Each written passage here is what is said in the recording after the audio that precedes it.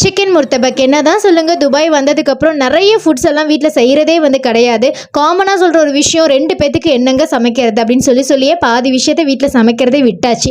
கடையில் போய் ட்ரை பண்ணலாம் அப்படின்னு பார்த்தாலும் அந்த அளவுக்கு வந்து கடையிலலாம் டேஸ்ட் வர மாட்டேங்குது. இப்போலாம் வந்து பார்த்தீங்கன்னா வீட்டில் அடிக்கடி எதுவாக இருந்தாலும் ட்ரை பண்ணி பார்த்துடலாம் ஷேர் பண்ணுறதுனால அப்படின்னு சொல்லிட்டு சிக்கன் முர்த்தபாக்கு ஃபஸ்ட்டு மசாலாஸ்லாம் வந்து ரெடி பண்ணிவிட்டேன். சிக்கன் வந்து மிக்சியில் பிளெண்ட் பண்ணி எடுத்துட்டு கடாயில் எண்ணெய், வெங்காயம், இஞ்சி பூண்டு பேஸ்ட்டு, சிக்கன், அதுக்கப்புறம் மசாலாஸ், கொத்தமல்லி எல்லாம் ஃபைனலாக இது மட்டும் தான் சேர்த்துருந்தேன். வேறு எதுவும் ஸ்பெஷலாக சேர்த்துக்கல.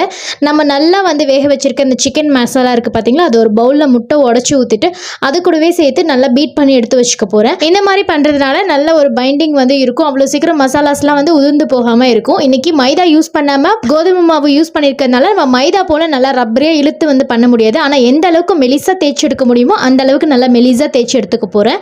வேணும் அப்படின்னா கிட்ஸ்க்கு கொடுக்குறதுனால கொஞ்சம் வந்து சீஸ் வந்து ஆட் பண்ணியிருக்கேன். வேணாம் அப்படின்னா ஸ்கிப் பண்ணிக்கலாம். ரொம்ப